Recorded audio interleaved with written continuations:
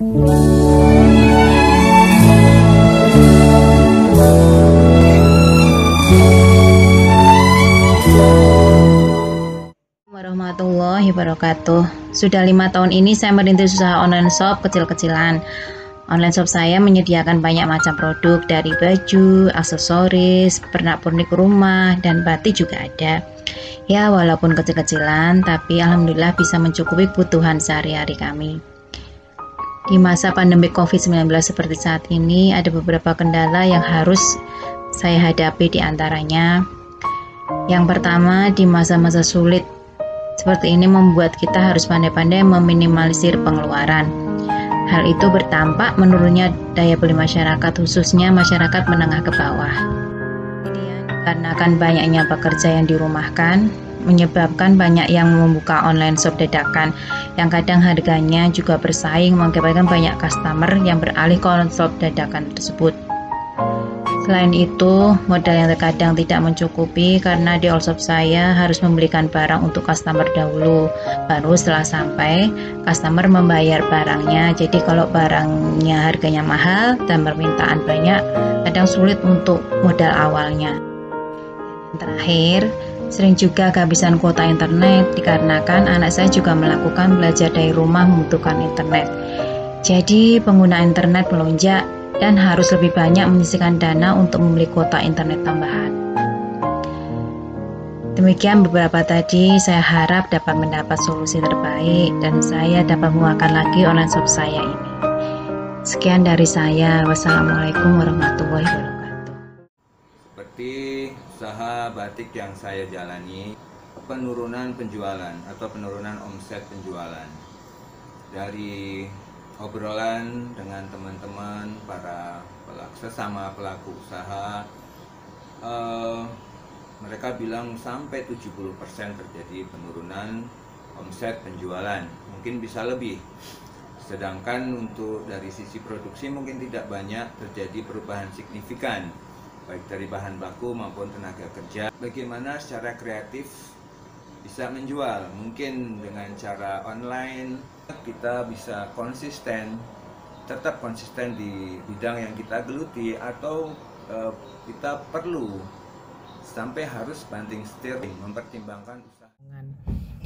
Tema untuk pertemuan kedua ini rasanya menarik banget, terutama buat kita yang punya usaha yang sedang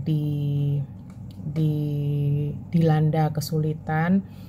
Mungkin dari bergabung di sini kita punya ide atau punya solusi buat menghadapinya bersama-sama.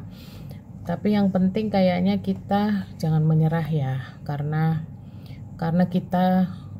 saya pribadi pun tidak mikirin sendiri, karena ada karyawan yang harus kita pikirin.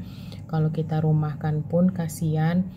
Jadi kita harus punya solusi, punya ide, harus kreatif, harus inovatif supaya usaha kita ini jalan. Mudah-mudahan dari paparan teman-teman yang bergabung di hari Minggu tanggal 23 Agustus besok bisa memberikan ide dan solusi yang bermanfaat supaya kita lebih semangat lagi sebagai pengusaha dan ini bisa jalan terus. Karena saya yakin kalau kita bisa bertahan, ya ini merupakan ujian gitu loh, supaya kita jangan menyerah.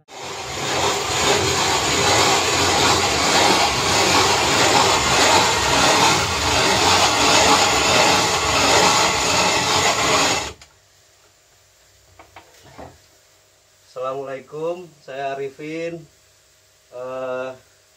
dari Patani Coffee.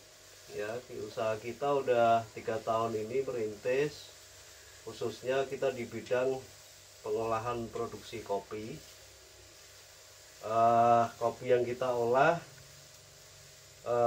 kebetulan kita mengkhususkan pada pengolahan kopi secara tradisional. Nah, ini memang banyak tantangan ya, terutama di saat pandemi ini. Ya, kebetulan kita juga mengalami hal yang sama pasti di dalam bidang usaha. Salah satunya ya hampir 3 bulan kita nggak buka, itu secara offline ya. Ya tapi ya akhirnya mau nggak mau kita harus kreatif, harus berupaya secara online itu. Ya walaupun online kita sudah biasa lakukan, tapi tetap terjadi penurunan ya secara omset itu. Saya Bobby, Fisika 3. Kami mempunyai usaha kecil-kecilan yaitu cetak plastik. Pada pandemi COVID ini kami juga mengalami omset penjualan yang tidak baik, produktivitas yang turun, cash flow yang tidak baik karena banyak tagihan macet. Saat ini sebetulnya kita menghadapi masalah yang jadi satu, yaitu pertama masalah konflik perang dagang Cina Amerika, kemudian adanya pandemi COVID-19 dan adanya shifting atau perubahan dari konvensional menjadi digital, uang biasa menjadi digital money, marketing konvensional menjadi digital marketing. Kiat-kiat kita saat ini melakukan inovasi, diversifikasi produk, manajemen keuangan yang sangat efisien, shifting marketing ke digital marketing. Banyak belajar juga kami dari generasi milenial, cara endorse di digital media, Instagram, cara import barang dari Cina juga, update teknologi mesin industri. Kalau bisa kita bentuk manajemen krisis.